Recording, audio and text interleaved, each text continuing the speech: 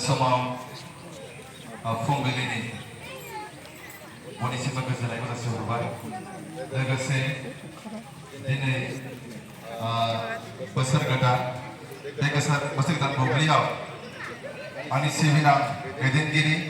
सिबिनां समाज सिबियारि आरो गासैबो गिदिरसिनफोरनो आंनि खुलुमनाय अननायखौ बे समाव जासिहरग्रोबाय आरो बेयाव बाहागो लाफैनो हानाय गासैबो जोंनि खुंफुं आफादजों लोगोसे नैबे उजान बाजार नालाय एबसुनि सिङाव लोगोसे बे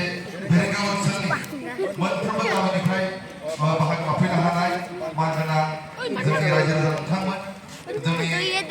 फरायसालि नोंथांमोन उन्दै उन्दै गथ'फोर बयनिसिमबो बे समाव गोदान बोसोरनि अननाय आरो आंनि सिबिनायखौ बे समाव जासिहरदों बे समाव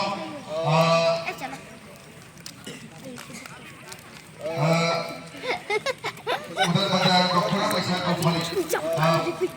फालिग्रा आफाद दिनै सनाथि मायथाइ फोरबो फालिथाय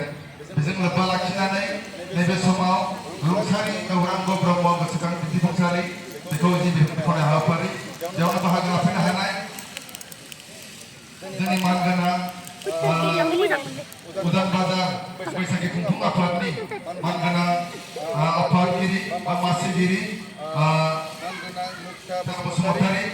आरो मानगोनां गाहाय नेहाथारि गान्धी ब्रह्म मानगोनां बिथां